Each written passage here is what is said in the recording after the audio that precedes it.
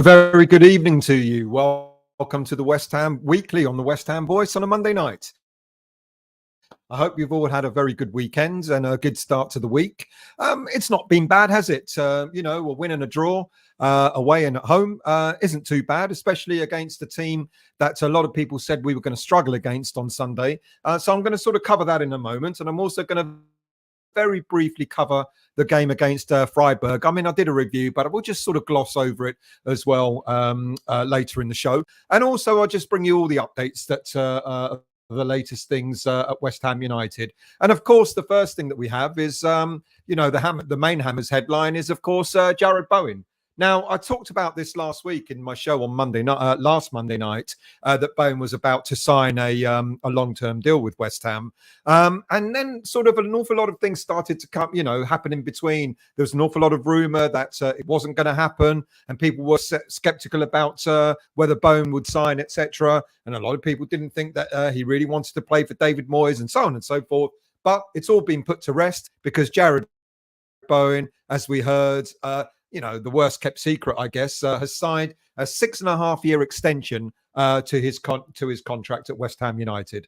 Now, as expected, and as I said last week, he now is the highest paid player at West Ham, but that's based on base salary. Now, his base salary is 125 grand a week, is what we understand it to be. Now, many of you are going to immediately say, well, hang on a minute. Doesn't Danny Ings already earn that? And apparently Paqueta earns more than that anyway. And isn't Kurt Zuma on a high salary and so on and so forth?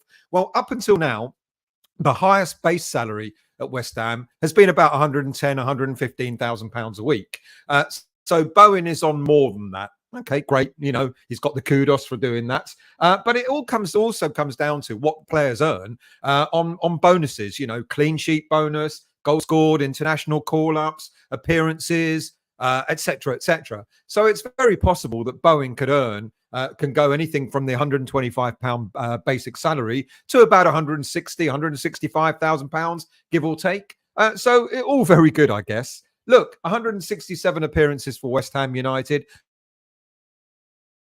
45 goals, 33 assists. He's actually proven to be one of David Moyes' most best successful signings in his tenure.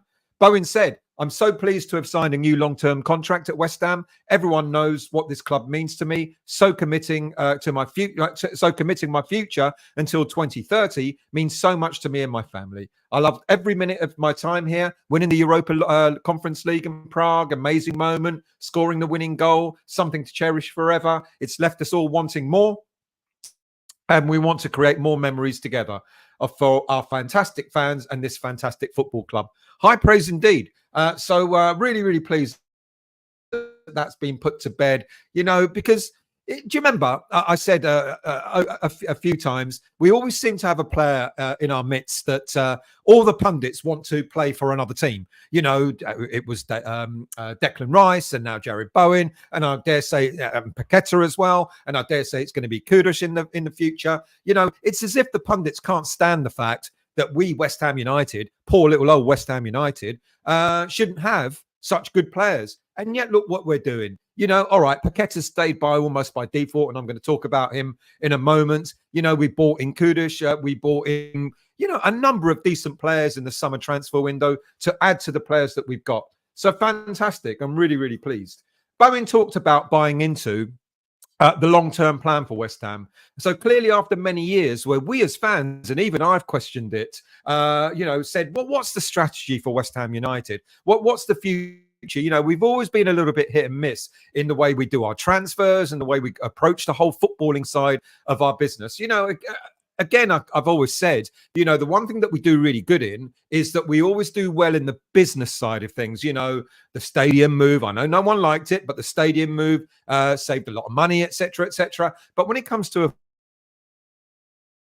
footballing strategy. We never really seem to have one. All of a sudden, Jarrod Bowen is talking about the long-term strategy for the club, the long-term plan, and wanted to be part of it. And that's got to be a little bit about Tim Steidten, hasn't it? You know, Tim Steidten, I can feel that this vision is in Tim Steiden's DNA. You know, when Steidten left by Leverkusen earlier this year, he talked about wanting to find a new long-term project in football. And his recruitment to West Ham United felt like a dawn, a new era for West Ham.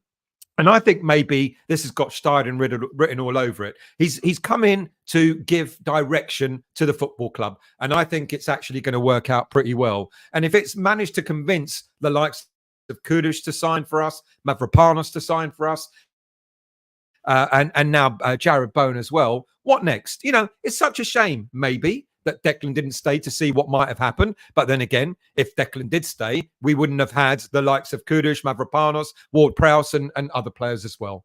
It's a massive statement of intent from West Ham United, and one that could persuade other players at the club to commit to a longer-term future, and also some other really decent footballers to come to West Ham United as well. With Bowen, we'll stay with Bowen for a moment because he's yet again been nominated for Player of the Month. Unfortunately, the voting is closed for that, so it's a shame. But we find out on Friday whether he's won that. And also, of course, it's been a good week for him, hasn't it? He's been recalled to the English national team, and about time too. It's great to see that his efforts have finally been acknowledged by Gareth Southgate. We've got a friendly coming up on Friday against Australia, and then the Euro qualifier on Tuesday night against Italy, both being held at Wembley Stadium. So Bowen will hopefully add to the 4 caps that he's already received for playing for his country. Now, we all know that James Ward-Prowse should have also been in this squad, but it was not meant to be. But you know, plenty of time for Southgate to admit he got that wrong and pick him in the future. Right, before I go on to the next part of the show, I was just going to chat and say hello to people. Let's go all the way to the top, shall we? Who have we got at the very, very top? Good evening to you, Anthony. I hope you're well, mate. Great news about Bowen. Signed a long-term deal to stay at West Ham. It's fantastic news indeed. Anthony, again, put Bowen up front as our new number 9. Drop Antonio. Put Kudus on the right and put Fornals on the left. You know, I talked about that when we were signing Kudus. I said, you know, it could be an alternative to Antonio. And it's interesting, wasn't it? On Thursday night, we maybe saw a glimpse of that. It's not that Antonio's finished, you know, but, you know, he's getting older. He's a bit more leggy. He didn't really look 100% against Newcastle, did he? So I think that is an option. Indeed. Amaret, good evening to you. I hope you're well. I know you're going to get up really early, so thank you for joining. Good evening to you, Epic. I hope you're well. Anthony, seriously, mate, thank you so much. You didn't have to, but really, really appreciate that. Thank you so much. Good evening, Hammers Mikey. I hope you're well. Gambling probe update, which means not proven, and he will be off to City in January. Don't be so defeatist. Good evening, Graham. I hope you're well. Thanksgiving here in Canada. Happy Thanksgiving to you, mate. So I'm watching this from my deck. Awful referee yet again yesterday, but we're fast becoming a force to be reckoned with. I totally agree. Good evening to you, and happy Thanksgiving, mate. Good evening, Debbie and Mark. I hope you're well. Dodgy refereeing let us down more, in my opinion, as well as introducing subs too late into the game. That made an impact on the result. Mostly Kudus, in my opinion. PGMOL need to sort themselves out. Just dumped a lot of them. I mean, if it's not VAR, now the refs are bloody well. I mean, you know, there was a time when we just moan about the refs and have it done with. Now we're moaning about the refs. We're moaning about VAR. You know, between them, they can't get it right. I'm going to talk a little bit about some of the incidents that happened in the game on Sunday. Good evening, Huge. I hope you're well. Good evening, from the Algarve. People are not giving up credit. Our team now stands up. All of the big teams, I think on Saturday, we had the better players, and team, unfortunately, they also had the ref. I hope you're enjoying yourself out in the Algarve, mates. And I totally agree. You know, the referee gave them that game, didn't he? Adam, good evening to you. All right, still, the ref let the team down on Sunday. He was a joke and bottled it, and all the big decisions. It cost us, but a good point when it could have been 3. 100% agree. Galispera to you, Keith. I hope you're well. Keith, actually, I know you said you were a referee once in your past lifetime. If you fancy coming on and talking about referees and VAR and stuff like that, maybe we could do a little special show and talk about, you know, try and give them a bit of humanity. You know, are all the different rules that are applied now changes in the rules in the game, etc.? Does that make it more difficult for referees, or they're absolutely shit?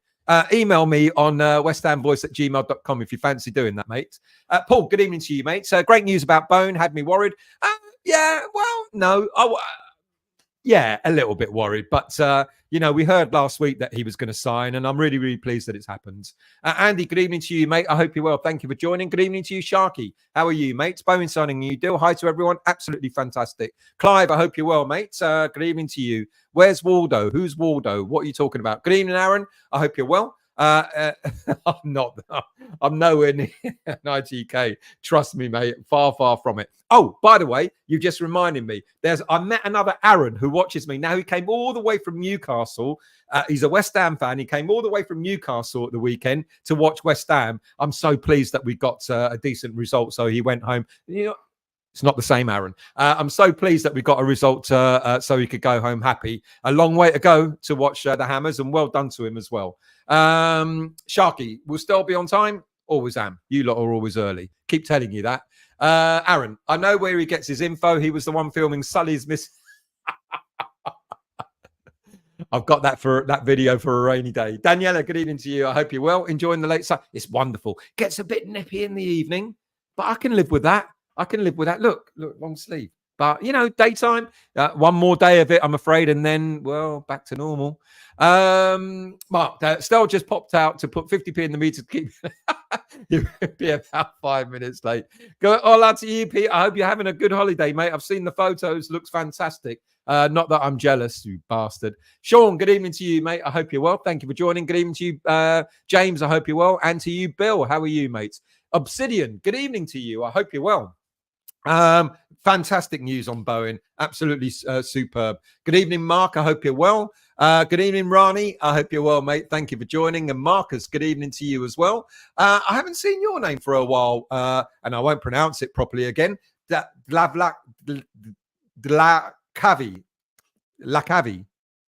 Hello, mate. I hope you're well. Flamer, I hope you're well. 3 minutes 43. I'm never late. Good evening to you, Ralph. I hope you're well, mate. And good evening to you, David, as well. And to you, Martin. And to you, Jerry. And to you, James, as well. I hope you're all well. Thank you all for joining tonight. Really much appreciated. Right, let's get on to the next bit of news, because that, of course, is about our dear old Lucas Paqueta.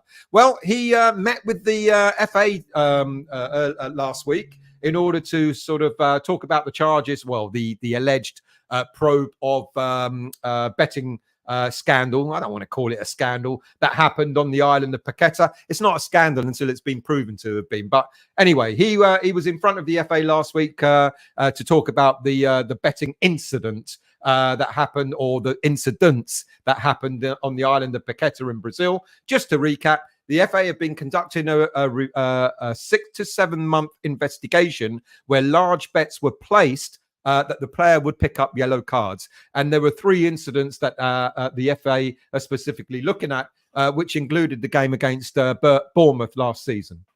In the meeting with the FA, Paqueta stated that he did nothing untoward. He knew nothing about what has happened, about all these irregularities. And basically, the FA have really got to prove that anything happened at all. Look, he's going to be in front of them again in a couple of weeks' time. I don't know how that's going to go. I don't know if they're going to come to a conclusion or whether they're going to continue to review. If you remember the Ivan Toney issue, that went on for a couple of years. I know this one is slightly different in terms of the nature of the betting scandal, but it could take a while yet. Or in 2 weeks' time, if there's no case to answer, they could drop it. Look, they've got to prove it, haven't they, the FA? They've got to come up with the proof that Paqueta himself was involved. They've got to find an email, a text, a WhatsApp message, or whatever it may be in order to link him to it. And if they don't, there's not a lot to answer to. Look, all right, it can look a little bit dodgy. Let's face it. If people are on his island where he's from are putting bets on that he's going to pick up a yellow card, and then lo and behold, he picks up a yellow card, the alarm bells are going to ring, aren't they? But it's got to be proven. And at this moment in time, from what we understand, it's not been proven. Paqueta has refuted the claims. He said he's totally innocent. He totally doesn't, he's got no case to answer. So it's really down to the FA to actually prove it. So let's see what happens over the next few weeks. He's had his first meeting with the FA, as I've just said, and it's going to, he's going to meet with them again in a few weeks' time to see what the outcome may be. So look out for that. Right, let's go back into your chat. Good evening to you, Lee. I hope you're well. Looking forward to your views on Peter Banks. Yeah, I will talk about him. Good evening, Paul. I hope you're well. A Winnie and a Desmond. A Winnie and a Desmond. Nice one. Flameur. Bowen signed because he knows Moyes is... Well, I don't know, I mean, he praised David Moyes. He talked about, he wouldn't have gotten his chance to... play for his national team, wouldn't have gotten his chance to play in Premier League football, wouldn't have got his chance to play in European football, etc. He's got a lot of praise for David Moyes. I'm not so sure that Moyes is going anywhere anytime soon. I don't know anything yet. We are still all waiting to find out whether David Moyes is going to be kept on. And all the signs are suggesting at this moment in time that he could well have his contract extended. But, I don't know anything about that. That's just me speculating. Good evening to you, usual. I hope you're well, mate. Thank you for joining and all the degenerates. Vinay, I hope you're well. More control of the ball when Kudus and Benny came on for Antonio and Souček. Moyes needs to have the balls to play good footballers that the team has the ball more. I don't disagree with that. I don't disagree that they should have actually come on earlier. But Souček is scoring goals, and he's doing rather well. And he's a very, very different player to what we saw last season and half of the season before that. I wonder why. Have I mentioned this before, that we've got a proper holding midfielder, which allows Souček to go further forward in order to do what he does best, and that's to sort of get in the mix and score goals. So you can't knock Souček for his performances over the past, this season alone. But I do agree that Kudus held the ball an awful lot better. We'll talk about him in a little while. Good evening to you, Ronnie. I hope you're well. Great news tying down Bowen. Absolutely fantastic. Tom, how are you? Longest contract for a player for 128 years at the club. Well, no, because didn't Reed sign a 7-year contract or something like that? And then he ended up not playing half of it because he got injured. That's the big fear. It's the big fear, hopefully we're not going to go down that road. But if you remember, Winston Reid got a long-term, I think that was 7 years. I think that was a 7-year. This is a 6.5-year contract. So it's just short of 7 years for Bowen. But Winston Reid got a long-term contract and then he got injured, didn't he? Steve, I hope you're well, mate. Evening to all you record break. We are indeed. I'm going to talk about that as well. I know people are mocking us and saying we've only played Farmers League teams, etc. But you can only play who you're against. And I'm going to look at who Leeds United in 1968 and who Spurs in 1972 played. And I bet you they didn't play big teams either. Daniela, Saka pulls out the England squad. Good news for the likes of Bowen. Absolutely it will be. Should be even better news because they should bring in Ward-Prowse to replace him. Makes sense, doesn't it? Hammerette, I wonder if Mr. Dyer was watching him say that. Do you need caps if you ain't going to sign? Lee, hi, Sal, my fellow hammers. All is well. Thank you very much, Lee. If you're new to the channel, hit the like button and the subscribe button and the bell notification to let you know when I'm next on. It really does help the channel. And, I'm well over 4,500 subscribers. I actually joked at the weekend when I did the review and said it'd be great to get to 4,500. It's gone way beyond that. I'm chuffed. I'm not kidding. I really am. Let's get 5,000, shall we? Because I'm a greedy git. Rani, don't believe it. He definitely wants to leave. Of course he does. Of course he does. Jerry, any buyout clause for Bowen? Absolutely nothing mentioned. And I know that was made a big deal of last week, and it was apparently going to be a low ball buyout clause, a release clause of something like £40 million. But that was nonsense, because why would we even bother to put that in? There's no point. And from my understanding, there is no buyout clause. But you know what? Let's be really honest. A contract's a contract. It's there to be broken. It doesn't matter how long a player signs the contract for, whether it's for 5 years, 10 years, 50 years. It doesn't matter.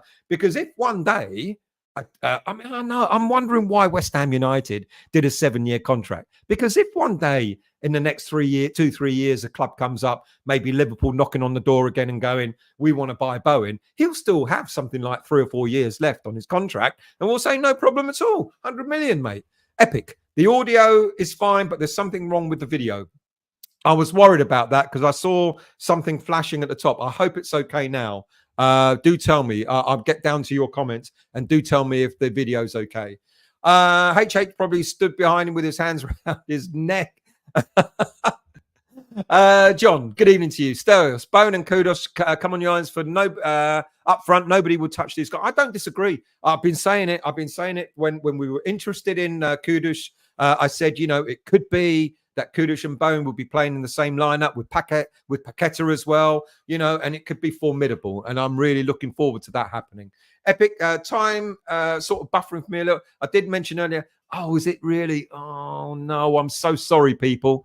Everyone is talking. So let me see. I'm gonna have to scroll down to see if it's still going.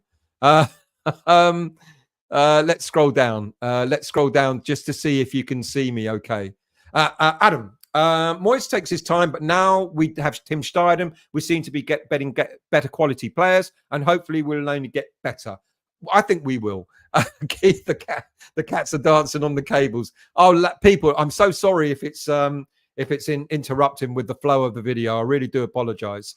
Montana, Stel, I wonder if the PGMO will provide us with the audio for the Guimarães second foul on JW. Wouldn't that be nice to find out? Even if they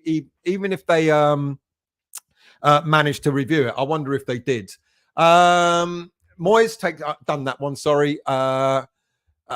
People are saying I'm not syncing very well, so I'm really sorry about that. Good evening, Hammer Time. I hope you're well. Thank you. I'll tell you what, I'm going to scroll all the way down to the bottom.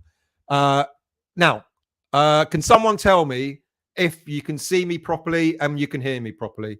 Because that will be just anyone comment now, because I'm at the bottom, and tell me if you can see me properly and hear me properly, and if it's syncing okay. Anyone? Hammerette? Tell me quickly. No answer. I've either completely lost. You're good. That's good. Thank you for that, Flimmer. Right, I'm going to scroll back up and do a few more of your comments. Let's see. I said good evening to you, Hammer Time. Good evening to you, Ian. I hope you're well. Thank you for joining. Montana. We should have gone for Che Adams, younger version of Antonio. Never scores but puts in a shift. Yeah, I think Che Adams. I know Pete, my mate Pete, really likes Che Adams, and he's talked about him several times as being a potential signing for West Ham. Vinay, Moyes will pick Antonio even if he's 40 and as big as Robbie, the owner of AFTV. Hodgie, good evening to you, mate. Good news about Bowen. Thank you for joining. Absolutely fantastic news. Dlavak, are you going to TSC away game? If we can get tickets, yes.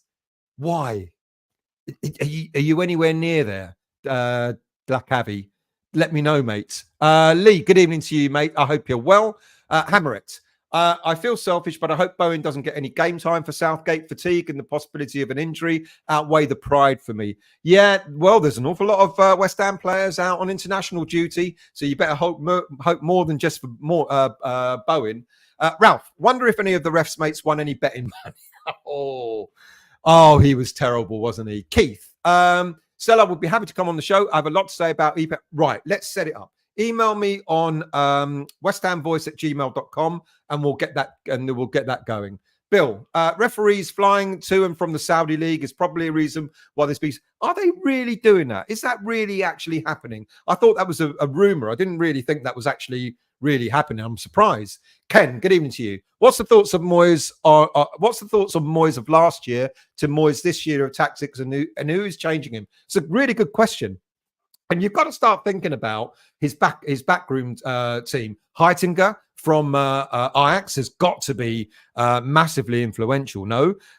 It's interesting how we heard last season there were an awful lot of disagreements between the backroom staff and David Moyes. I wonder how much of a negative impact that had. We know Warburton, he's been a little bit outspoken since he left, saying, he does things his way. He's been a manager himself. He's got his own way of doing things, etc., etc. But he kind of alluded to there was a little bit of discourse in the background. Now we've got the likes of Heitinger in.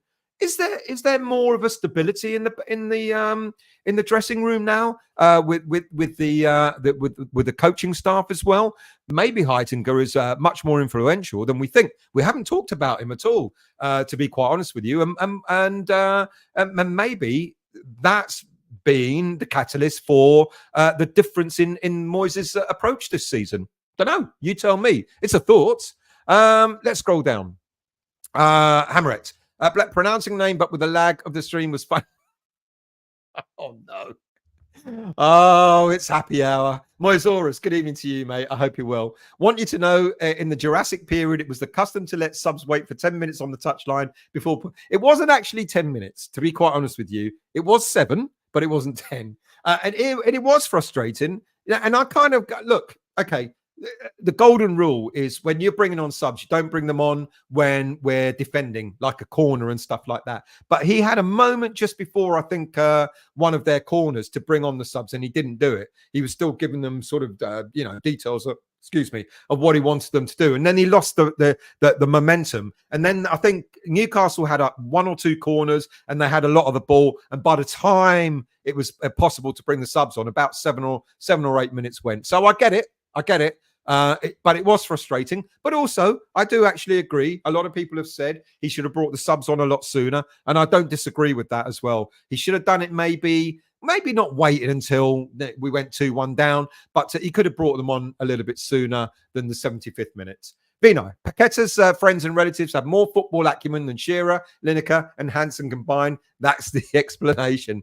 English Yardy, I hope you're well, mate. Thank you for joining. Good evening to you, Stephen. I hope you're well. The betting incident kept him with us for the year at least, and he could be innocent. That's a win-win. Good point. Really, really good point. Absolutely true, because had it not happened, he might be playing him at Man City right now. And what kind of season might we have had without him? Sarif, good evening to you, mate. Back in the real world, did you have a good time, mate? I know you did. Real world from Cyprus, got to the game yesterday. First time since the last time I attended the Southampton game. Not a bad game. Shame we did not manage to win. I agree. I think it was a shame we didn't manage to win, but it wasn't because we didn't play well.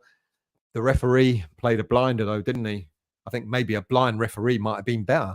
Cockney, good evening to you. Still smarting over the Toons' first goal. That should have been Paqueta playing the advantage and not a free kick to them. Have you seen what happened on the second goal as well? I'll come to that in a moment. Vinay, his friends and relatives should have embraced VPNs. Instead, they used West Ham official sponsor. Yeah, it wasn't very clever, was it? Using Betway as the betting company. I mean. Good evening, Keith. I hope you're well. Regarding Paqueta, sounds like a load of noise and the solicitor's just out to make money. I hope it is a load of noise. I really do. Because it's interesting that he's been banned. Not banned. He's been taken out of the Brazil squad and not been brought back in yet until this is all sorted. So he's suffering because, every player loves to play for their national team, and having missed out now a couple of times for playing for Brazil will hurt him, because if someone stakes a claim in the position that he plays in, he might not get back into the Brazilian squad for quite some time. Iron Ore, good evening to you. What do you think would happen to a player that spoke out against Moyes? What do you think would happen to a player that spoke out against Moyes? It's an interesting question. But I would wonder... I don't think Moyes will take it kindly, to be quite honest with you. I don't think any manager will take it kindly. I remember, there's been other managers who have had players speaking out about them, and it doesn't go down well. I don't think it's just Moyes, but I would like to think he'd be... Well, hang on a minute. What about last season? What about Antonio on his podcast speaking out about Moyes, speaking out about tactics and stuff like that? And yet, Moyes is still playing him. So maybe it's dependent on the stature of the player. Because I just wonder if that was maybe someone like Cornet, he'd be gone. But maybe with Antonio, he just went like... Yeah, I remember there was a story out last season when Antonio was doing a lot of these podcasts. Apparently, Moyes and Antonio had words. He just said, stick to what you have to do on the pitch, and we'll sort things out after that. I'm actually very surprised that Antonio didn't get sold in the summer.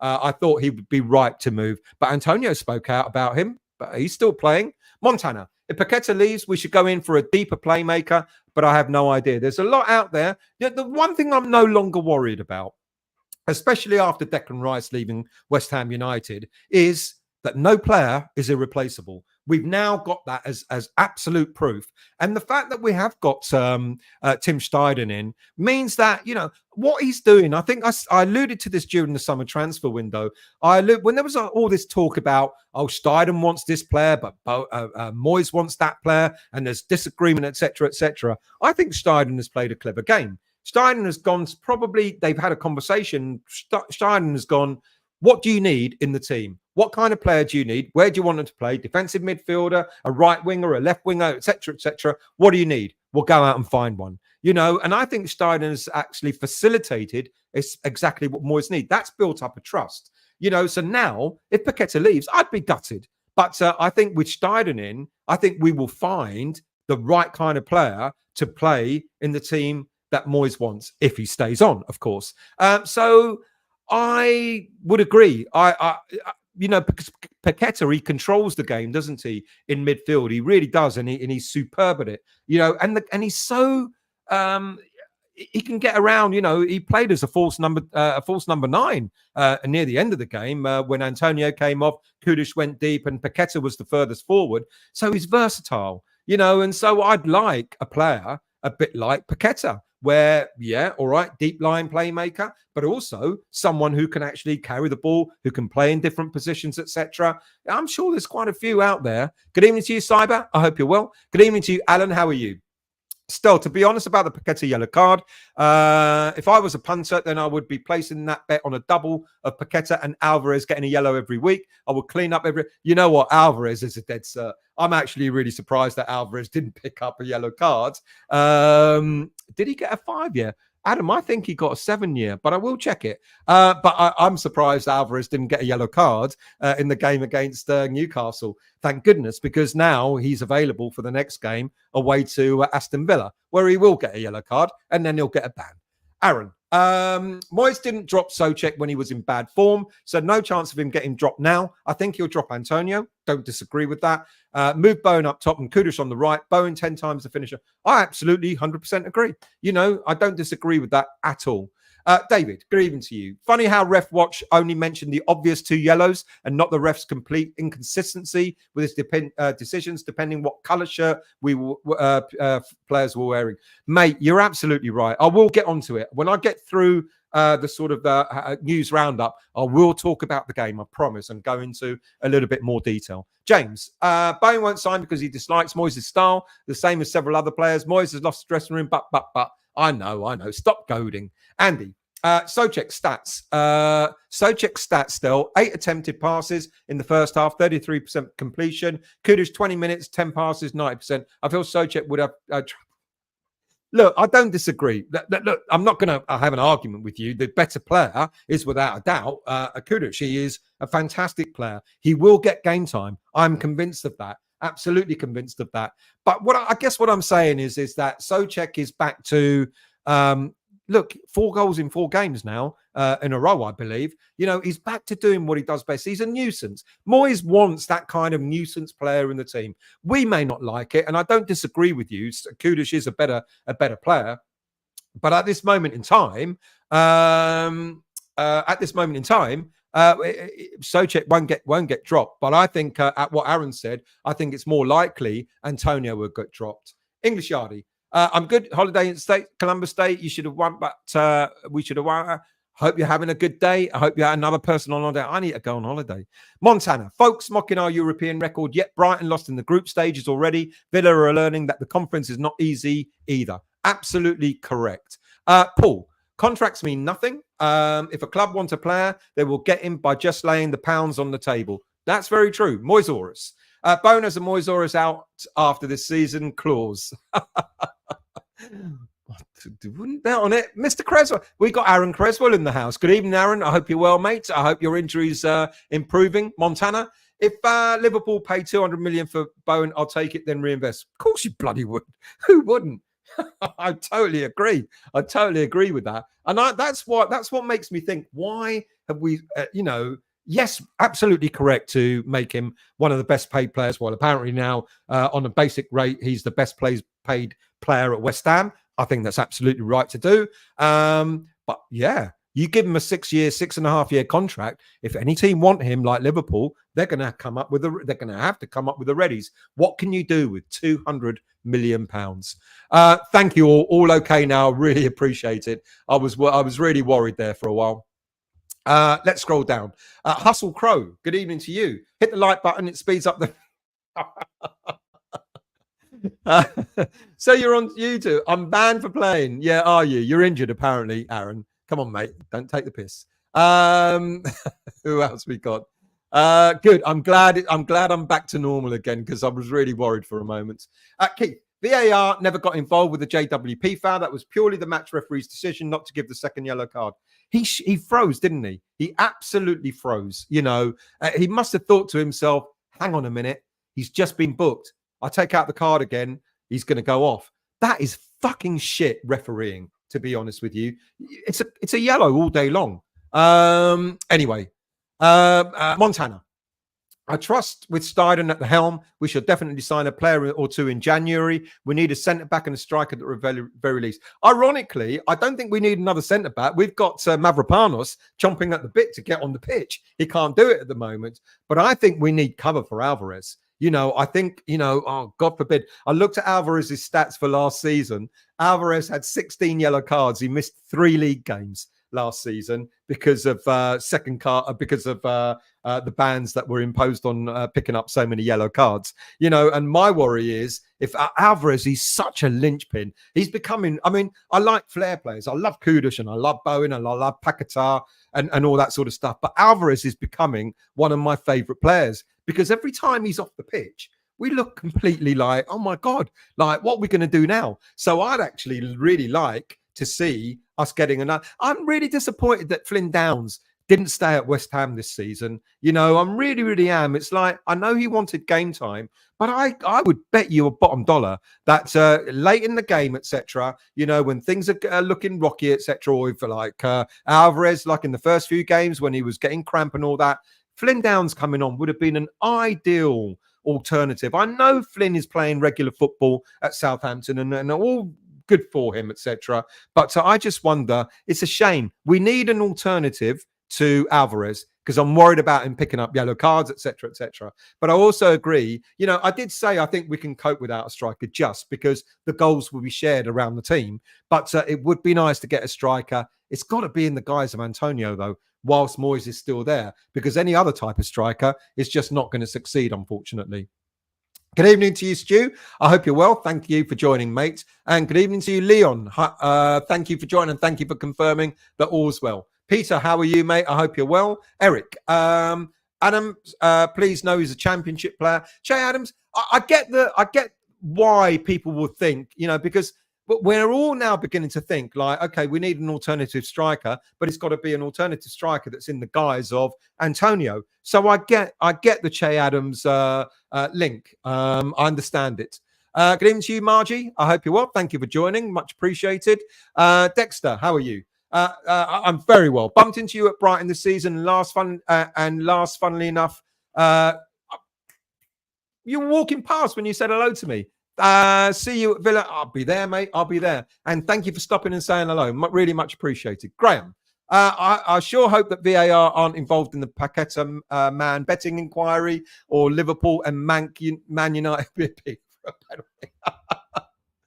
Imagine all these big teams wanting to have a replay. Should we have a replay against Chelsea when they didn't give us the goal against Cornet? Should we have a replay against Liverpool when I can't remember who it was a mile offside and they still scored a goal? Let's have replays going all over the place. So imagine that. I know it won't happen, but the fact that the fact that Liverpool sort of asked, Klopp suggested it, even the brazenness for him to even suggest that there should be a replay.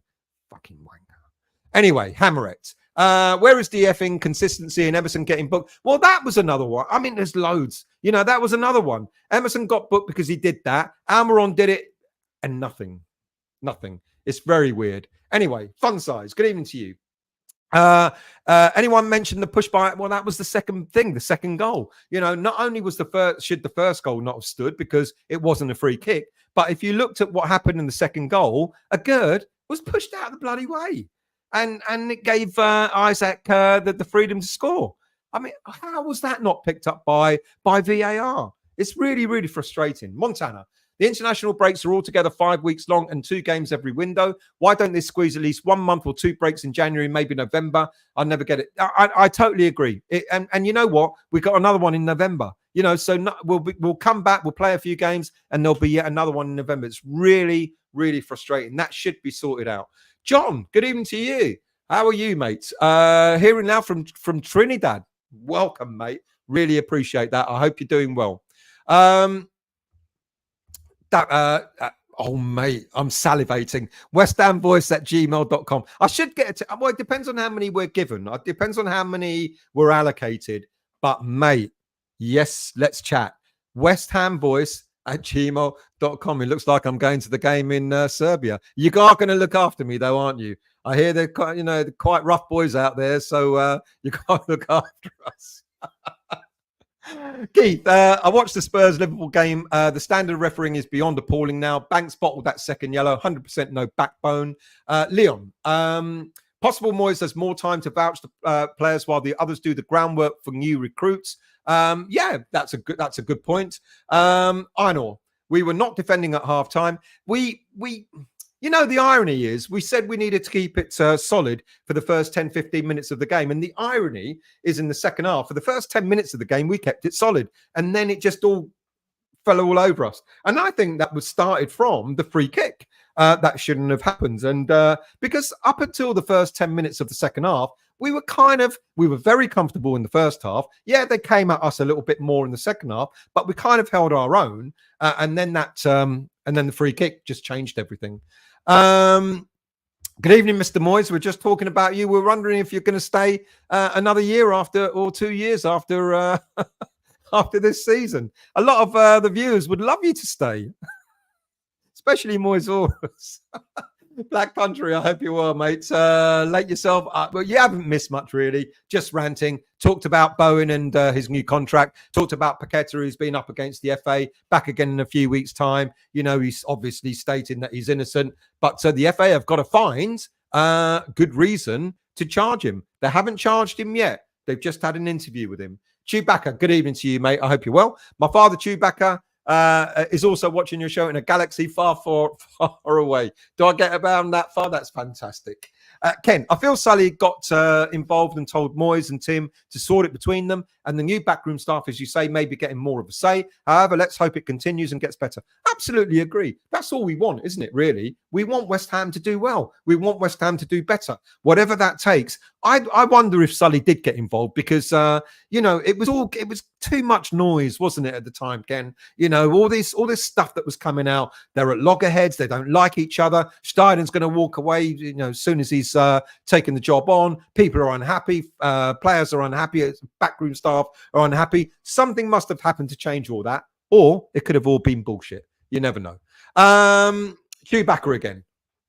Julian Dix didn't love playing for his national team. He actually said he would rather walk his dogs. There you go. Good evening, Funky T. I hope you're well. I think the changes this season in terms of Moyes' tactics is a change in midfield with more flexibility now that number 41 has gone. And I do agree. I keep saying it, and I remember saying this again, during the transfer window before we signed anyone. I said, if we sign only one player, it's got to be a defensive midfielder so that they can sit as a pivot in front of the back four and allow the players in front of him to play the game. And this is exactly what's happening. Alvarez is an absolute dynamite. It's absolute sensation. Mr. Moyes, would the player whose paper at my head yesterday, would the person who paper at my head yesterday please say sorry or I'm a big dinosaur? Well, they're still going to call you a dinosaur. I didn't understand. The paper at my head. He papered your head. Ronnie, Paqueta will get better as he's a great player now. There are times, though. There are times when you sit and look at Paqueta and you go, absolutely superb, world class. And there are other times when you go, come on, mate, for fuck's sake. there was was it just before half time when he got fouled? Well, he pretended he got fouled and he did a pirouette and he sort of like leaped. It's like a ballerina. He leaped so high up, I didn't think he was going to come back down. When he fell down like a lump of lard, a lump of lard. He fell on the ground and was like waving his arms in the air. And sometimes you've got to laugh at that. You've got to say, for God's sake, mate, stop play acting. But there are other times it's absolutely sublime. Dexter, I think the approach for the Villa game should be for us to play Bowen or Kudus up front and drop Mickey to give him a kick up the backside. What's your thought? I 100% agree. Look, I don't want to start knocking Antonio because he started off the season really well. And even I went, hang on a minute.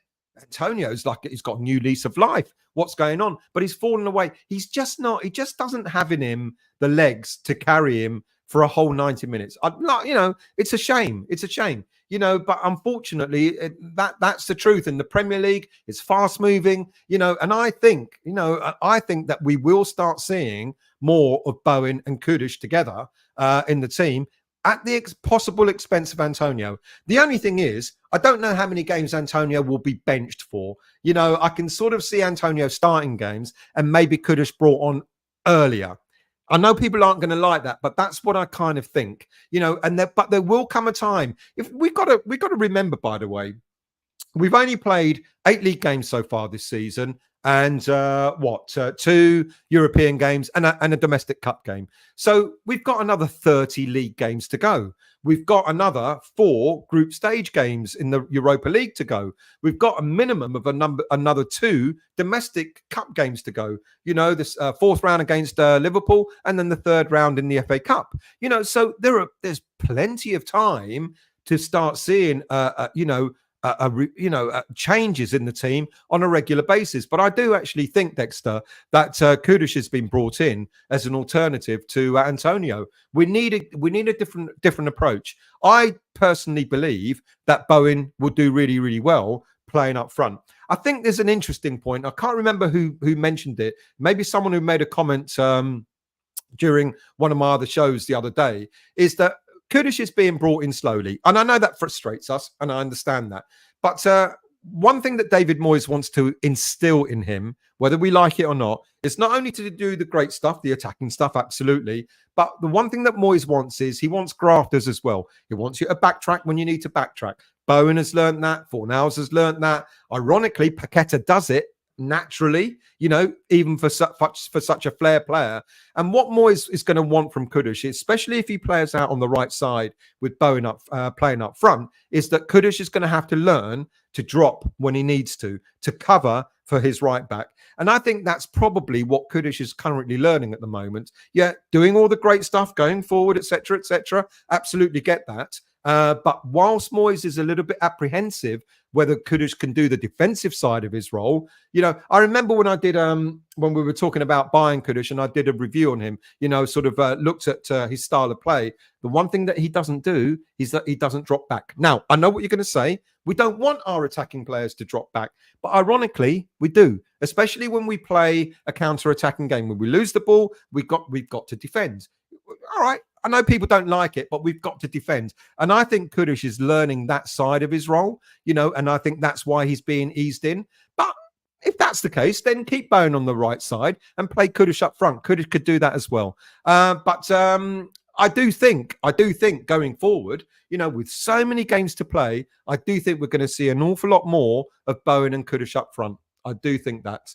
Long answer to a short question. I apologise for that. Montana, but still, Antonio did not call out the manager. He said Scamacca could not play how Moyes wanted, which Ings proves it. Was not. He kind of alluded to the tactics and stuff like that. He was sounding out Scamacca. I don't disagree with you, but he had a bit of a backhanded dig at Moyes about the tactics and so on.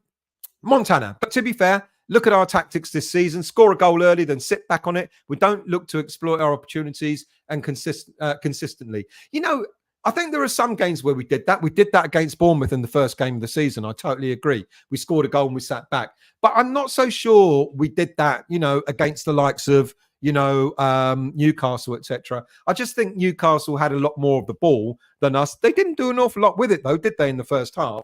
I don't think it is a matter of all the time. I think there are certain games that we've done that. I do agree, but I don't think that happens all the time. E. Davis. Of course, people from his hometown probably bet on him that he's their favourite player. Yeah, bet on him to score. Don't bet on him to get a yellow card. Black country. Yeah, mate, we'll arrange around. Wonderful. You're all meeting up. I'm jealous. Adam, we're still 3 or 4 players short of being a top 4 team, but we are playing nice football like against Newcastle in periods, but we are hard to beat, so it'll be a good season. Still want Antonio gone. 3 or 4 players. I talked about this last week, didn't I, about our squad depth and talked about it concerns me that David Moyes might end up having to use the same players over and over again, burnout and all that sort of stuff. Are we 3 or 4 players short? Yeah, probably 3 or 4. I think if you look at it in the cold light of day, maybe a right back, maybe a left back, another holding midfielder, and a striker. Yeah, it's about right. Let's scroll down. I've seen the comment, Montana. I can't put it up though, mate. But I agree. Peter, regarding the ridiculous decisions the officials made, can the club do anything about it for us friends? Moan about it. The one thing that we don't do a lot is we don't sort of complain to the referee about decisions that go against us too much. We kind of did it a little bit for the free kick after the first goal, but Agerd, he got pushed for the second goal. He should have been shouting and screaming about it and asking for VAR to intervene, but we don't do that. Anthony, how about Paqueta over on the left and Kudus playing as a number 10? Absolutely. Well, Paqueta is doing that, isn't he, Anthony? He started on the left side quite some time, and Kudus can certainly play as a number 10. Martin, so 2 years ago we could only finish 6th, but we lacked a striker. 2 years later we're in the same boat. Antonio ain't the answer. I'm not saying he is. I do agree with you. Kane, my nephew's just getting into football. I haven't even had to force him to like West Ham. We're playing that well. What Moyes and the boys have done is amazing. Got to embrace it. Embrace it. I know people sort of, say that I'm half glass full, man. I don't see anything bad in things, etc. I do. I have my moans. Ask my mates when we go to games. I moan like as good as the rest of them. But you've got to embrace what's happening at this moment in time. It may not happen again. Certainly not in my lifetime. You youngsters out there might see another good cup run and things like that. But for this to be happening on a consistent basis, all right, I know the football isn't the best. I get it. But we have moments. Someone just said we have moments, don't we? We have really good moments in the games. We score some stylish goals. We keep being told that, we only score goals from set pieces. And yet we've scored some fantastic goals from open play. Embrace it, because it may not come round again. Huge. Yes, thank you. I really appreciate you confirming that you can see and hear me. I appreciate that. Garina, FA will investigate Alvarez next because no doubt someone somewhere put a bet on him to pick up a yellow. Mate, I'm going to start betting on Alvarez getting a yellow because me a few quid. You could almost bet your house that Alvarez will get a yellow card in a game. Clive, at this rate, the PGMOL will implement a new rule for 3 yellows before issuing a red. That, they're going to have to, aren't they? Too many yellows have been distributed.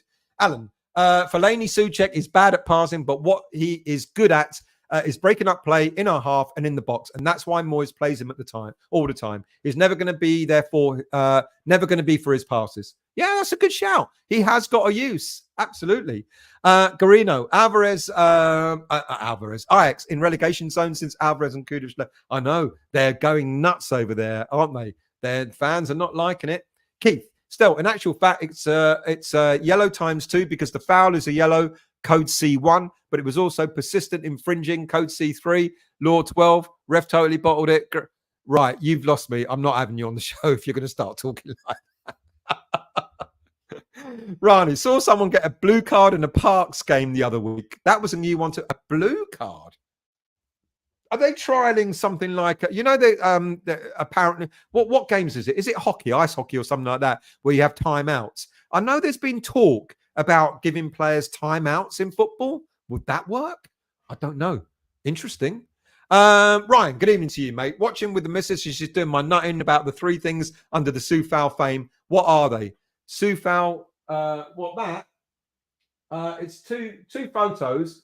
When we played Man City. Oh, sorry, hang on. You're talking about these. These were at a game. What game was it? I can't remember what game it was. Hang on a minute. It was the Europa Conference against Ghent. And I picked up one of each colour. Can you see that? Yeah, I was going to frame them, but they're all frayed and they don't look great. That was the game against Ghent. And they had them on the seats. And we all had to hold them up, to do all the, the colours of West Ham and stuff. I hope that's what you're talking about. Yeah, that's what they are. Hang on a minute. Got to put it back now. Yeah. I've got a few spare ones. If you want one, I'll gladly put one in the post to you. If you want to send me your address, I'll send you one. I think I've got about 2 or 3 of each colour. So email me at westhamvoice@gmail.com and I'll send you one. There you go. Montana. McTominay Maguire saving Menure's face against Brentford. I guess Moyes' talent ID on point. Yeah, I saw that. I laughed when I saw that McTominay had scored. Garino, football authorities invite problems by allowing our refs to go abroad. Are they really actually doing that? Is that true? Because you're the second person that's mentioned that. I hate these international. We all hate them. Like someone else said, put them all in 1 month. Play several games in 1 month, and another month get them out of the bloody way. Have I pronounced your name? Dlakavi. You're in good hands. Nothing to worry about. Right, I'm right behind you. Send me an email. Let's sort out and meet. Garino. Should recruit foreign refs, as there are some good ones out there. I mean, what about the referee on Thursday night? He was superb, wasn't he? Let the game flow, etc. It was almost as if he was not there. Absolutely fantastic. Yardi. You're right, absolutely right about Alvarez. 1 yellow card from being banned. Do we have a replacement for Alvarez in the team? He's very good, to be honest. He has better stats than Rice. Very close. This is it. At this moment in time, the alternative to Alvarez, if he doesn't play, is going to be Ward-Prowse and Souček. And Souček looks a little bit lost as a defensive midfielder, to be quite honest with you. But that's what happens. I think in the early games, when Alvarez came off, I think for cramp or whatever, Souček went back with JWP. It doesn't look as strong. So, no, we don't. And that's why I said it's such a shame that we've actually allowed Flynn Downs to go out on loan, because I think the young lad would have got game time. Second season at West Ham United, he would have got a bit more into it. I think he would love to be playing in a team like we've got at the moment, to be honest with you. Tel D, good evening to you. I hope you're well. Good evening to you, Irons Lady. Mohammed Kudus, he floats like a butterfly, stings like a bee. That's a nice one. Thank you. Right, let's go into the next bit of the show, so I can take a bit of a breather as well. So what have we got on? Well, it's a bit of a roundup and a quick roundup for you as well. First off, you know what I'm going to talk about. Get used to it. You love it. The West Ham's women's team picked up their first points of the season in a battling 2-0 win over Brighton and Hove Albion on Sunday away from home. Kirsty Smith scored her first goal for the club on 12 minutes. And then after halftime, Riko Ueki added a second. She's our Japanese international, I believe. Scored her first goal for the club as well since joining from Tokyo Beletsa in the summer. Nodding in a flighted free kick from Lisa Evans on 52 minutes. There's your women's stuff updated. You know I'm always going to do it. Get used to it. The under-21s didn't play at the weekend, but the under-18s did. And they've extended their unbeaten run to 6 matches in all competitions as they drew 2-2 against Southampton on Saturday. Despite Josh Briggs' early goal for the Hammers, Southampton led after the break with 2 quick goals midway through the first half.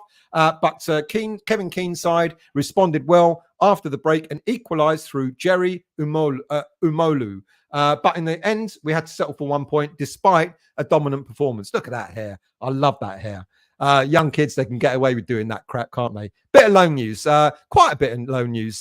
Freddie Potts, he played a starring role for Wycombe Wanderers as they romped to a 4-1 victory over Fleetwood Town in the EFL League One at the weekend. The 20-year-old Hammer there's your alternative, by the way, holding midfielder. The 20-year-old Hammer midfielder on a season-long loan scored a goal and set up a goal for Wycombe, who moved to 7th in the league table. After going a goal up on 20 minutes, Potts took centre stage, slotting in at the near post to make it 2-0. And 14 minutes later, with the 41 minutes on the clock, he turned provider, playing a neat reverse ball through to another player to notch his second goal, to notch the second of the game. Fantastic talent, absolutely superb. This is what we want. We want our young players to go out on loan, get some experience, and come back knocking on that first team door. So well done to Freddie Potts. He's doing really, really well. Another player that's picked up a little bit of form, or his team have, is Nathan Trott, our goalkeeper, who's spending his second year at Vejle BK in the Danish Super League. They got another win, a much-needed win against Vidori at the weekend. And that takes them now to 8 points away from the drop zone after, a 5-point gap from the drop zone takes them to 8 points in the league. So well done to him. It's been a bit tough being promoted to the Danish Superliga, and that's Vejle BK's only second win of the season. And talking of him, Flynn Downs played 90 minutes for Southampton's 1-1 draw in the Championship against Rotherham United. The Saints were left wondering how they did not earn all 3 points from a dominant display, which saw them hog the ball with 80% possession. Possession is not everything if you can't win a game. They registered 22 shots to Rotherham's 4, but they only, look at that. You know, we all moan about David Moyes, not having more possession. You can have as much possession as you want. If you don't make the most of it, it doesn't matter, does it? What else? Other players out on loan. Goalkeeper Mason Terry's Concord Rangers suffered an FA Trophy third round qualifying defeat to High Town on Saturday. Elsewhere, Christian Heggie, another goalkeeper out on loan, was an unused sub in Stevenage's 1-0 victory against Wigan Athletic. Keenan Apai Fulsan, who's on loan to Dagenham and Redbridge, was also on the bench in their 1-1 draw against Oldham Athletic. So the only players that are really on loan that are getting any game time at the moment are Flynn Downs, Nathan Trott, our goalkeeper, and Freddie Potts. I hope they all do well. We need these players to come back to be knocking on the door of the first team. Saves us a lot of money if they do. A bit of international news. Now, we all know, I've mentioned it earlier in the show, that Jarrod Bowen is back in the England squad, hoping to get build on his 4 caps already. So good luck to him as well with that. Other players out on loan. One that I really, really like, and one that is absolutely worthy of mentioning, Academy of Football striker Callum Marshall, 18 years of age. He's now playing in the under-21s for West Ham United in the development squad in the Premier League 2. He's been selected for the senior team for Northern Ireland in their upcoming UEFA Euro 2024 qualifiers against San Marino and Slovenia. Northern Ireland manager Mike O'Neill selecting a 25-man strong squad, and he's added Marshall returning to the senior setup, having been away initially with his country's under-21s during the September international break.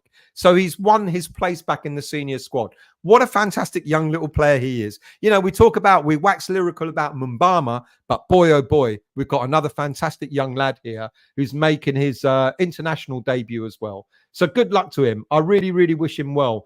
And long may it rain. Another player we all know about, Divine Mbama, has been named in the England Men's Euro Elite League squad for 2 October fixtures. Never heard of this before.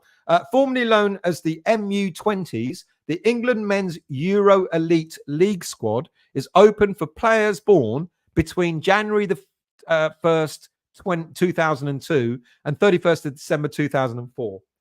How do they make these things up? I don't know. Anyway, England will begin their Elite League campaign in Bucharest, where they take on Romania on Thursday, and then they will host Portugal at the MK Stadium on Tuesday, the 17th.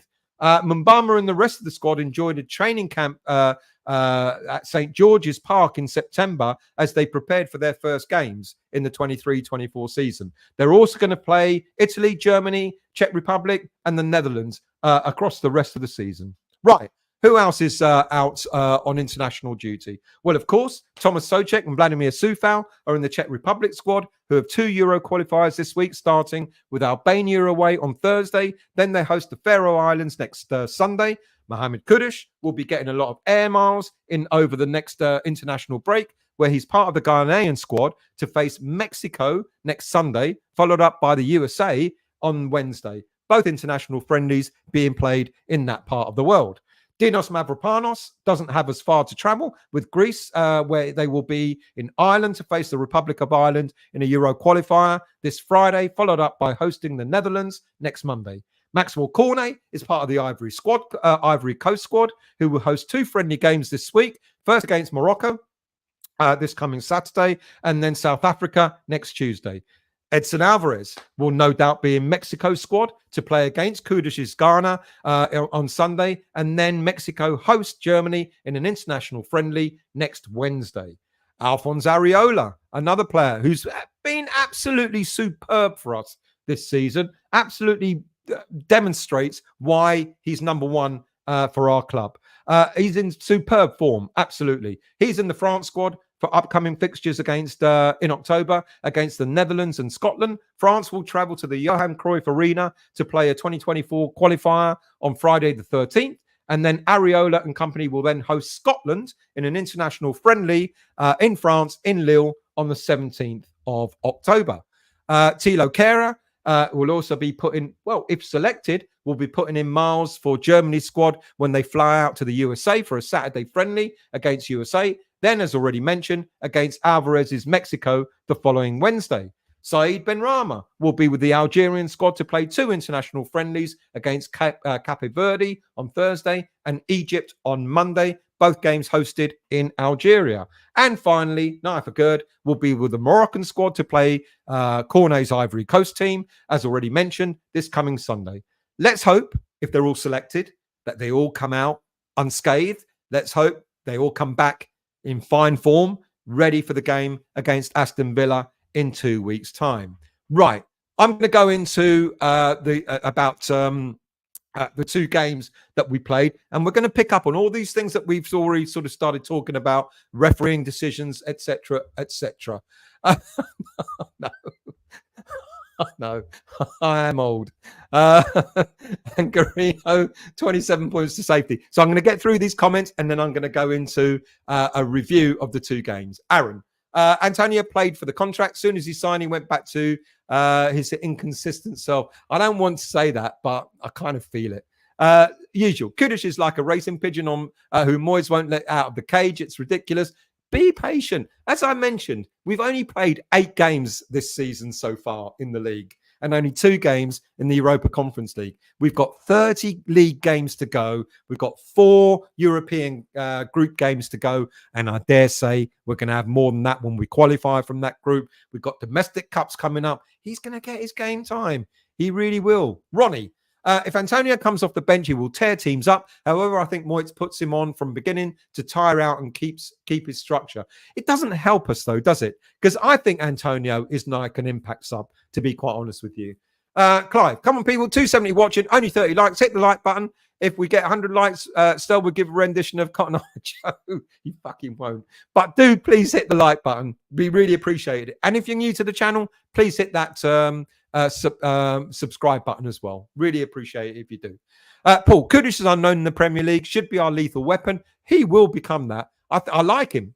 He's got great style, great composure. He's only 5'8" or something, but really difficult to knock off the ball.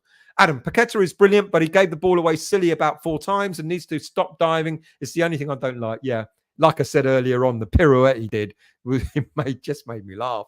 English Yardie. Under Moyes, Souček is undroppable while he's in charge. Antonio can be replaced by Kudus. To be fair, my opinion is we might be better off playing a false 9. If coached properly, it could work. Don't disagree. I think a false number 9 is not to be sniffed at. Vinay. If West Ham keep the ball more, all that backtracking won't be needed. West Ham players too good for donkey tactics, suitable for Sheffield United and Luton. Change tactics, top 4 is realistic. I don't disagree. You know, I do want. I love football. I love watching great football. I do want us to keep more of the ball, but it's also what you do with it when you've got it. That's even more important with how much of it you have. Finai.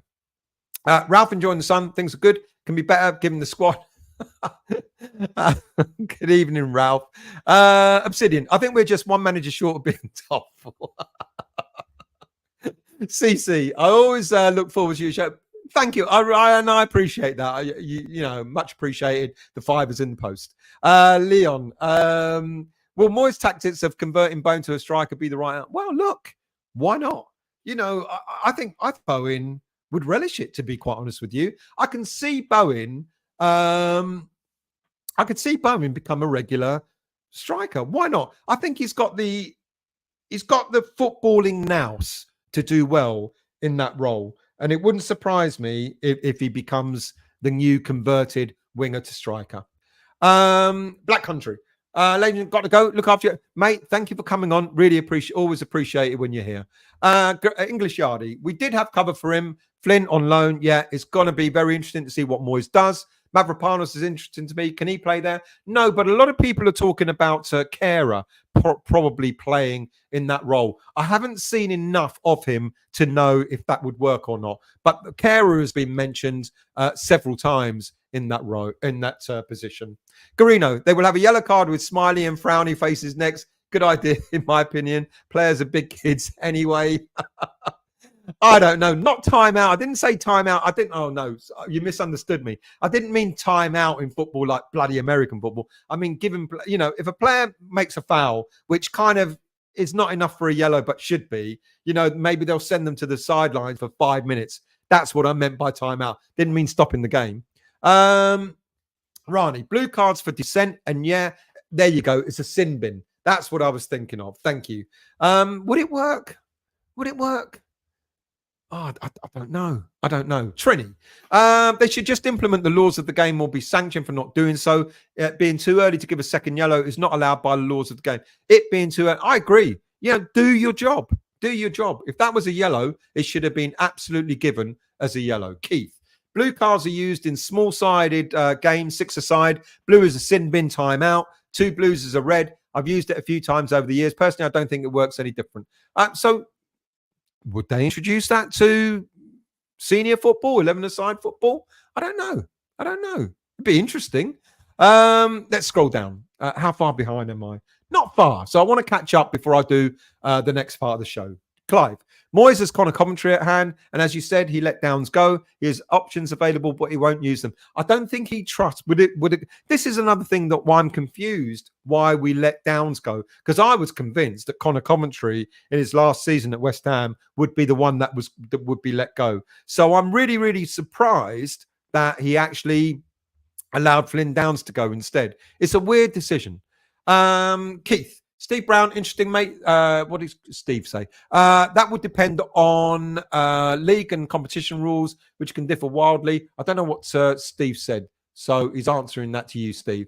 Huge. Greetings to you, mate. I hope you're well. Our team is good. Any of the so-called big boys on Saturday, the difference they had 12 on the pitch. Mate, I totally agree. The referee changed the whole complexion of the game. Steve, how are you, mate? I hope you're well. Thank you for joining. Moisaurus. Referee gets 10,000 quid per game and might have to bend over for the chairman of a club if he fancies it. Then that's why they're flying over to South London. They really are they? Jesus Christ. English Yard. Still, it's true about Premier refs. Howard Webb said it's okay for them to ref in Saudi League. It's called freelancing. Michael over always over there. Yeah, so they come back knackered and then make mistakes in our games. Brilliant. That really works well. Clive. Brighton women hosted our girls yesterday at the Czech Stadium. I was at the London Stadium, missed the game, played 350 yards away from my house. Great. Yeah, mentioned that. There you go. See, some people like women's football. Jason, think Marshall already played for Northern Lights? Yeah, he's got 1 cap. So do forgive me if I made that mistake. He's already got 1 senior cap and has a great equalising goal ruled out against Norway when coming on as a late sub. But it's great for him, isn't it? You know, being brought into the senior team, senior international team. What a boost. Alan, if Alvarez gets a yellow against Villa, it would be okay because it would be out against Everton, which won't be that much of a problem. Would rather them than a harder team. Well, you know, Everton, one of those teams that on their day, might just turn you over. We wouldn't want that, would we? Peter, still, I do think West Ham Club know about the reffing situation working in. Yeah, I didn't know that. So thank you for enlightening me. I really appreciate that. Hammerit, Oktoberfest Saturday, West Ham Sunday, not as young as I used to be. October. Oh, I saw you in your outfit on Facebook. Very fetching. Steve, Mavropanos and Kudus have to come into the team at Villa in place of a Gerd and Antonio. Look, it weren't Gerd's fault, that second goal. He got pushed out of the way. I would have argued. I would have said, ref, VAR it. Have a look and see what's happened. So I can't really blame Kudus for that second goal. Good evening to you, Turks 12 Gut. Turks 12 Gut. Time for Kudus to start. Antonio, come on last minute if needed. Good evening to you, Turks. Much appreciated for you coming on. Steve, anyone know why Mavropanos wasn't on the bench? He was. Was he not? I saw him walking. I actually saw him. He's fucking tall. I saw him walking as I was walking through the station. I saw him. I kind of look. You know when you sort of look and you think, is that him? I saw him. Are you sure he wasn't on the bench? I'd be really surprised if he wasn't. Chewbaccas. If Pep started playing counter-attacking Moyes tactics, then everyone would be raving how awesome it is. That's true. Hammerit. Can see beast mode Antonio for the last 30 minutes of a game, not the first 75. Just need to wait for Moyes to see this. I think he knows it. No, I didn't find out about Fabianski. I don't know. I've not heard anything, and I've asked, and I've been told that the only players that are currently out injured at the moment are Ben Johnson and Aaron Creswell. So it's interesting. If you know any more about that, do let me know. Anthony, West Ham versus Villa. Both teams to score. West Ham to win. Bowen to score first goal. JWP score anytime. Alvarez to pick up a yellow. Nice bet. Would be, wouldn't it? Steve, Stel, the way you conduct yourself, you would be make a good. Is that all? Just a weatherman?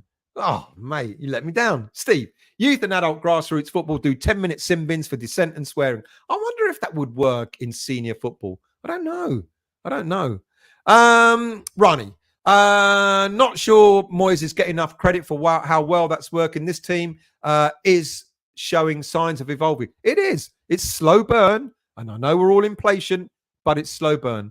Trini, while Kudus came on and changed the game, starting a game with two big centre-backs on your back is a very different story. It's a good point. How would he have fared? Brian, Mavropanos is 7 days. Oh, but didn't he carry on playing?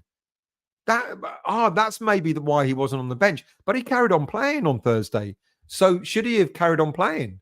Daniela, Newcastle fans saying they deserved to win. I don't think so. Yes, both teams had that chance to win, but a draw was fair. They didn't deserve to win. Sharky, Fabianski got injured in the warm-up. I don't know what the problem is. Okay, I didn't know that. Thanks for updating me. Not on the. But then why did he carry on playing on Thursday? Interesting. Didn't know that. Right, let's go into the next bit of the show. And I need to have a drink of water. So here comes a video.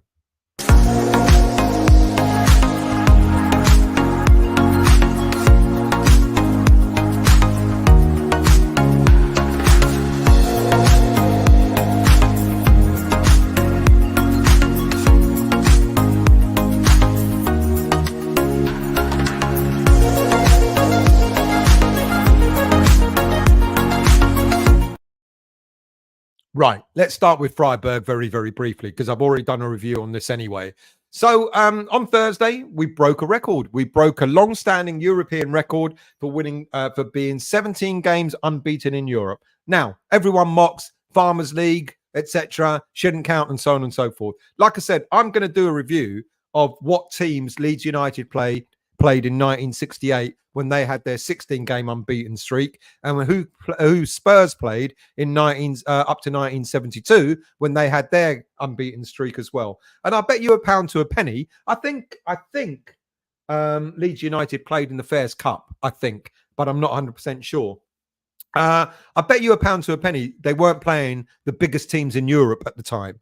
So for people to mock us having this record, I think it's a bit shallow. I think it's well deserved. It shows consistency, and all praise to us. West Ham United. Ironically, in the seasons that we've been in Europe over the 2 seasons that we've been in Europe 2 and a bit now, the only games that we've lost were the rubber duck at the end of the group stages in the Europa League when Moyes played all the young kids, and the 2 games against Eintracht Frankfurt. So you think about the number of games we played in Europa League, Europa Conference League, and so far back in Europa League, that's not a bad record at all. So I don't think it's anything to be mocked. I think it's fantastic that we've done that. And I think we're going to go on to continue breaking that. I honestly can't see us losing the game. I don't want to, hedge my bets too much, but I can't see us losing too many games in the group stages of this Europa League, to be quite honest with you. And I think then we see who we get in the knockout stages. But that means we could go, another 4 games, 7, that's 21 games unbeaten. And I bet you that won't be broken for a long, long time to come by any other team. So it's going to be really interesting. I think superb for West Ham United to have broken that record. Look, our lineup, I couldn't make up when I did the preview of the game last Monday. I wasn't really sure. I kind of felt that Moyes was going to go a little bit strong, but no way did I think he would go as strong as he did. The defense I think was solid. I was kind of surprised that Soufal and a Gerd started in that team. I thought definitely Mavropanos would. We knew that Fabianski would, and we knew that Kehrer would. But I thought Ogbonna would play, to be quite honest with you. So very pleased to see a really strong defensive lineup. Really surprised to see Ward-Prowse and Alvarez in there. And then the attacking lineup, Kudus, definitely I thought would play. I thought Fornals would definitely play. And then Paqueta and Bowen as well. It was a surprising lineup. It was a good lineup, a surprising lineup, but a good lineup. And I'm glad we went strong because it wasn't an easy game, to be honest with you. We were comfortable in the first half without a shadow of a doubt, and steady and composed. And then, like most teams will do when they're a goal down, they came at us. Look, our goal was fantastically taken. Bowen doing great work on the right side, getting it across with his right foot. And what a superb header by Paqueta to actually get that goal. It was absolutely superb. And their change of system in the second half put us on the back foot. They brought on Doan, a very good Japanese international who changed the game for them. But they deservedly got their goal back. They put us on the back foot. They put us under a lot of pressure, and they deserved to get a goal back. But what fantastic play again by Ward-Prowse, setting up a Gerd to get the winning goal. It was great. I think it was a really, really great performance, to be quite honest with you. A really solid, professional English performance. I think we should be delighted at the way we saw off a team that many suggested would be the hardest team for us in this group stage. We've got Olympiacos coming up. I've booked my ticket, on my way. I'm going to love that. They're all a bit mad over there, though. There's bloody Greeks. Got to watch out for them. But I'm going with Wiggy, my mates, and I'm sure I'm going to see a lot of people out there as well, and looking forward to it. And, Olympiacos, it's not going to be an easy game, to be quite honest with you. But look what happened to them. They were 2-0 up comfortably against TSC, Baka, Topola. And then Baka Topola came back and they scored a last-minute equaliser. So I think Olympiacos have got something about them. They're not going to make it easy for us, but I can't see us losing that game, to be honest with you. I'd love for us to walk away with 3 points, to be honest, to really cement our place at the top of that group stage. But fantastic. I think it was a great professional performance. Yes, we were under the cosh early in the second half. They deserved to get a goal back, but resilient. And we came away deserved winners from that game. And that set us up nicely for the game against Newcastle at the weekend. And there were question marks, weren't there? The whole thing about what we've been talking about throughout the show. Was Kudus going to start? We heard Antonio was injured. Maybe he wasn't going to be ready for the game. And to be honest with you, I know he helped to set up the first goal, but that's about all that Antonio did. Look, it was a solid. It was a team that you kind of expected to be picked, wasn't it? You kind of knew that this was what Moyes was going to do. The only question mark, like I said, was whether Antonio was going to be ready to start or not. I think a lot of people expected to see Kudus in the lineup, which was a shame. It wasn't. But nonetheless, this is the first team that David Moyes picks. He's got confidence and faith in these players, and they will be picked unless they get injured, of course. Look, The first, like I said, but Antonio was involved in the first goal. Nice knock on to Paqueta. What a lovely dink over to Emerson. And that's got to be also talked about. The link-up play between Emerson and Paqueta, they're on the same wavelength. They look like they're really good friends off the pitch, really good mates on it as well. Both Brazilians. I know Emerson now plays for Italy, but he's Brazilian born. You know, they've got an understanding. They've got a good affiliation between the two of them. And that great ball, that dink over the ball, and then the touch by Emerson to take it away from the oncoming Pope, you know, took Pope right out of the game and made it so easy for Souček to have one of the easiest goals he's ever going to score. And when people ask, well, what does Souček offer? People say he breaks up play. He's one of those players that he's niggly. He's not nasty, but he gets in your way. He sort of breaks up the play, and he also gets into positions where he can get a goal, a crucial goal at a crucial time. But then, unfortunately, the game turned, didn't it? Because there was one individual who wanted to be the center stage, and that was, of course, Peter Banks. He wanted the limelight, and boy, oh boy, did he get it. He booked Guimaraes. I can't pronounce his name correctly. He booked Guimaraes on the 17th minute, and on the 25th minute, it was a nailed-on second yellow card. It was right in front of him. I mean, he couldn't be further away between me and the screen. That's only like arm's length. It was right in front of him. And I think he momentarily froze and realized, oh, hang on a minute, second yellow card coming up. I better not. What kind of refereeing is that? It was absolutely disgusting the way he didn't go for it. He bottled it. And I think that set the tone for the rest of the game, because all of a sudden, you would have thought with such an error that he made there, that he would have atoned for it and been a little bit more vigilant in his refereeing. Unfortunately, he just got worse and worse and worse as the game went on. Second bookable offence. He should have booked Guimaraes. Guimaraes should have been sent off. We could have played that second game 11 against 10. Unfortunately, not so. Look, and then the second half, like I said earlier on, I think the first sort of 10 minutes, we actually did okay-ish. We kept them at bay like we did in the first half. You know, they came at us in the second half. No shadow of a doubt. In the first half, we contained them. I couldn't remember them having a shot on target in the first half, Newcastle, but they came at us. But the first 10 minutes, we weathered that storm. And then the next bad decision that came about, which was Paqueta winning the ball, about to break free, could have probably, there was a big gap in front of it. It could have probably been him against the keeper if that was allowed to be played on, and should have been allowed to play on. But the ref called it a free kick. Absolutely no way was that a free kick. And then there was a hint of offside. Now, I know it came off, I can't remember who, Alvarez or a Gerd or whatever, but the player was standing in an offside position.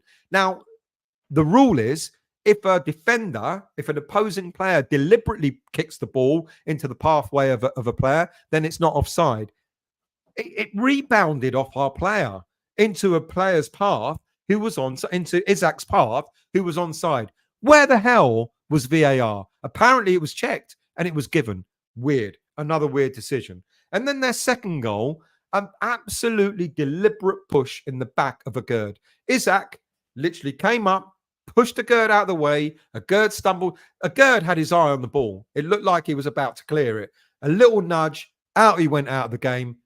Tapping. Why again did either the referee not see it, or why again did VAR not intervene? It's really when things like that happen, you don't want to become that conspiracy theorist, but you've got to start asking yourself, why again? Why do we always have all these decisions go against us rather than for us? It's really, really frustrating. Liverpool made a big deal about the VAR decision. Like someone said earlier in the show, I would have loved to have heard if there was a commentary between VAR and the referee as to what was said. Because how did they not see a push on a Gerd for that second goal? Absolutely bizarre. Look, after all that, I think we fought hard. We battled hard. I know people were saying they wanted Moyes to bring on the subs earlier rather than leaving it to the 75th minute. I get that. I don't disagree with that. I haven't got a problem with that. I kind of agree. I think Antonio was on his last legs even before the second half started, and maybe he should have been changed sooner. That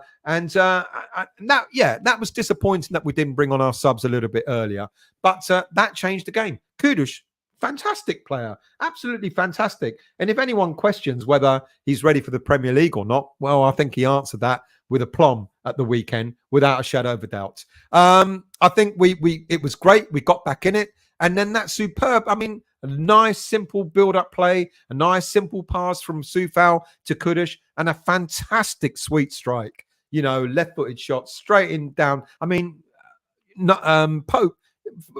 He's a tall lad, isn't he?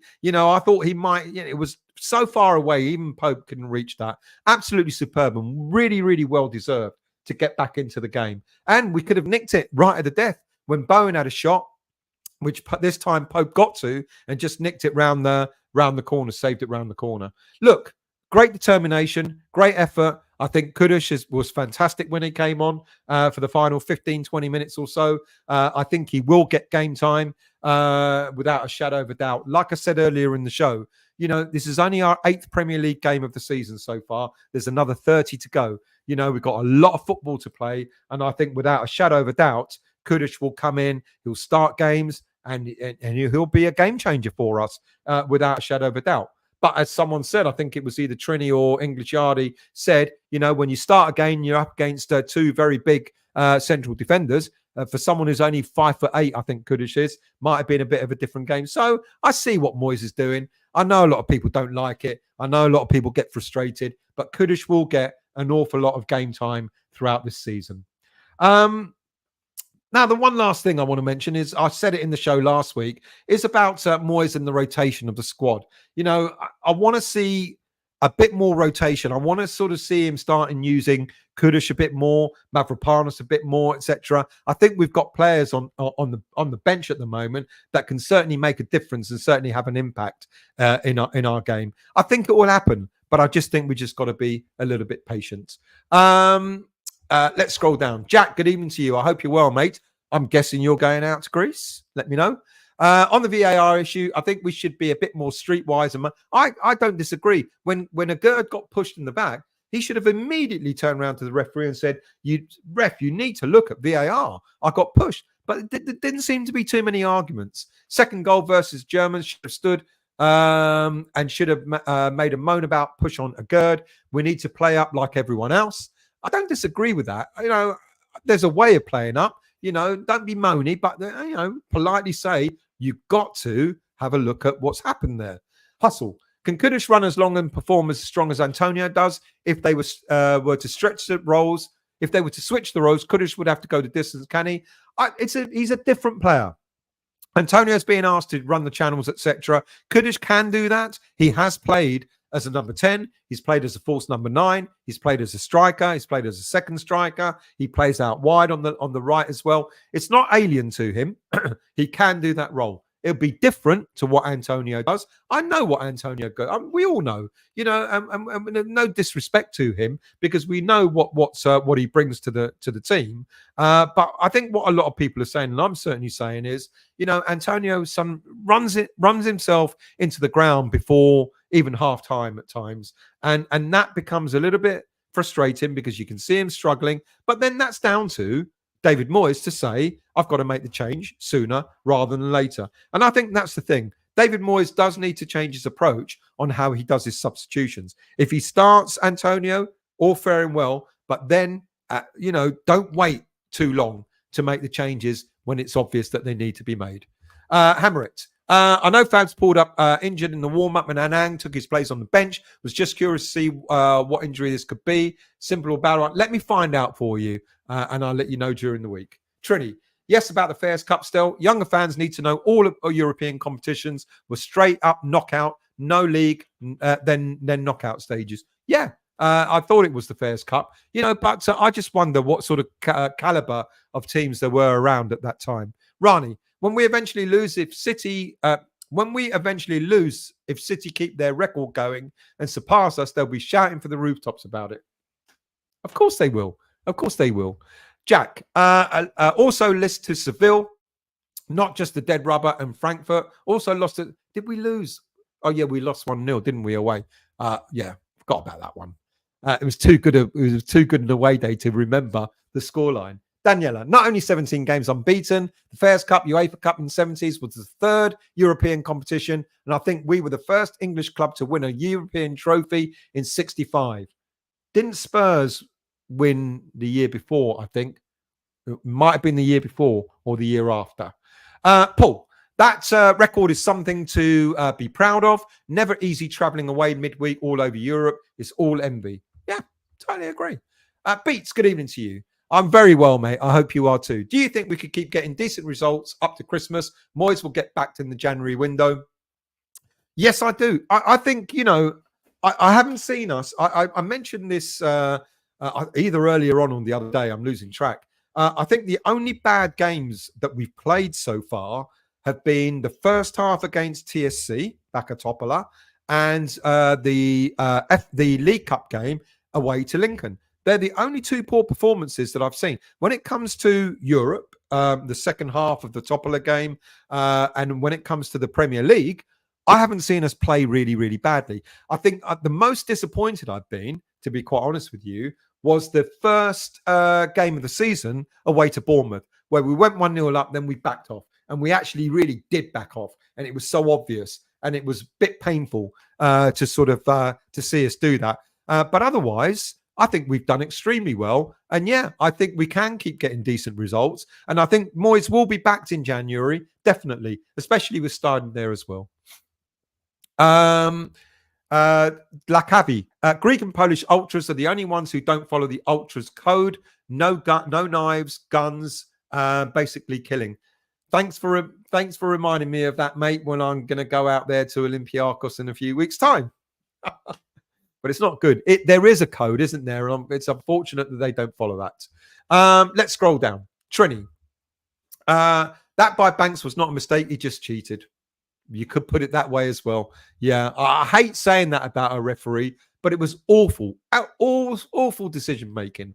John, Newcastle played on Banks' weaknesses. Just look at their behaviour when lining up the wall for Jet. Yeah, that free kick in the second half when they're about 4 yards away. Yeah, maybe he got intimidated by them. What a shame. Can we, Liverpool apparently, I can't remember the name of the ref, that no longer is going to referee their game. Can we now ask for Banks to never referee a Premier League game for West Ham again? Why not? Hustle.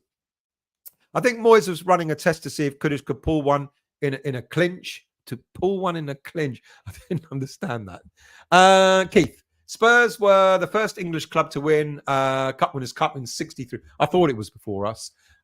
Because one of their players used to be my PE teacher, Terry Dyson, at school. This is how old I am. Terry Dyson, who played in that Cup Winners' Cup team in 1963, was my PE teacher at school. There you go. Claim to fame. Thank God I didn't support Spurs. Vinay, Kudus' goal was not from a counter-attack. West Ham controlled the ball because all the players were comfortable on the ball. Yeah. Which shows that we can do it. Hammer it. No suspension for Alvarez. Another goal for Kudus and Tati. Wilson didn't get a goal. Win-win. Absolutely. Beats. Good to hear we played well. I looked at the stats during the game and it looked like we were getting pumped. Absolutely not getting pumped at all. They had a lot of possession. They did absolutely nothing with it in the first half. And they put us under the cosh in the second half. Definitely. Hustle. The thing is, Kudus can go the same stretch of time as Antonio. We've talked about that. I think he can. It'll be a different style of play. Jack, yes, mate. Greece and hopefully Serbia. See you out there. Absolutely, mate. Definitely will. Rani. All goals are checked by VAR, though, aren't they? I don't know. I don't know if they are or not. I'm not sure they would check harder if the players complain, or will they? I think it will put doubt in the referee's mind, and then maybe he might go, I'll have a look. I'm not so. I don't know. You could be right. It could be that. Then why didn't VAR say to the referee, "There's a push," or they're not meant to intervene? Only unless it's Liverpool, of course, or another team like that. Let's scroll down. Aaron, I see X said we're after a few players in January, winger from Madrid and striker from Stuttgart. I've heard about the striker from Stuttgart. I'm not going to start talking about transfers until much closer to the transfer window. There's going to be a hell of a lot of speculation, just like there is about our players going elsewhere. A hell of a lot of speculation, and then we all get disappointed when none of it happens. So I'm sure X knows a lot more than I do, but I'm not suggesting we're going to go for any player at this moment in time. I know what I'd like. I'd like a defensive midfielder to cover for Alvarez, and I'd like an attacking player striker. But will we get any or being linked to all these players? I guarantee you all the players that we were linked to in the summer and in the January window before that and in the summer before that will all come out of the woodwork. All these French strikers that were meant to be linked to as well will be all linked to us again. So take it all with a pinch of salt at the moment. Hustle. I'm liking how we controlled the ball this weekend, oftentimes forcing their front guys to show their hands defensively and yielding for opportunities. Good point. Eric. Terry Dyson, your PE teacher, blimey still, you don't know. 61, mate. 61. Terry Dyson was my PE teacher. There you go. Chewbackers.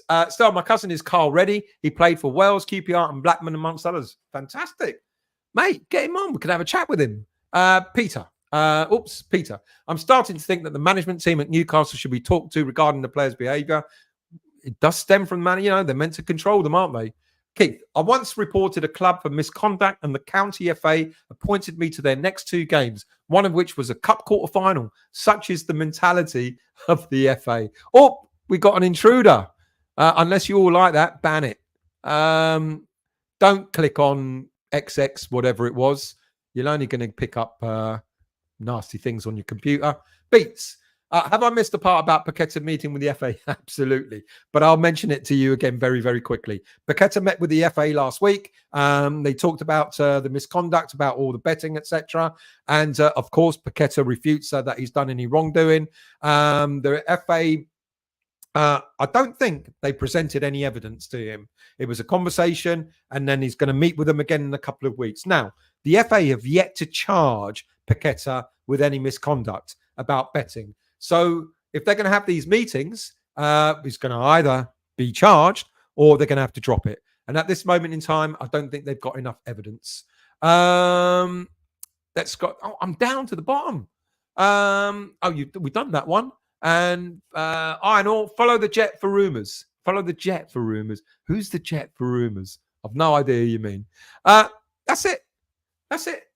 Bloody cheeky git. Shut up, mate. I'm done. I'm under 2 hours. I've caught up with all the chat as well. I can't believe it. Look, people, really enjoyed it yet again on a Monday night. Thank you all for being with me and joining me. And thank you for all the comments and the chat, etc. Always appreciated. Always appreciate the moderators, Daniela, Hammerette, Clive, Sharky, who come on and moderate the chat for me. Really, I couldn't do it without you. So much appreciated for that.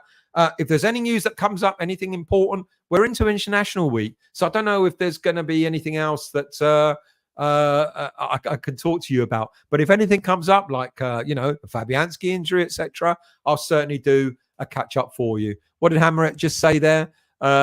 Just quickly, any truth in the links to that German striker? Laugh my tits off. Poor. Really, really poor. Thank you all for joining. Really appreciate it. Have a wonderful week. Make the most of the last day of summer, which is tomorrow, apparently, because it's all going to be shit after that. And then winter sets in. Have a great week, people, and I'll see you all very soon.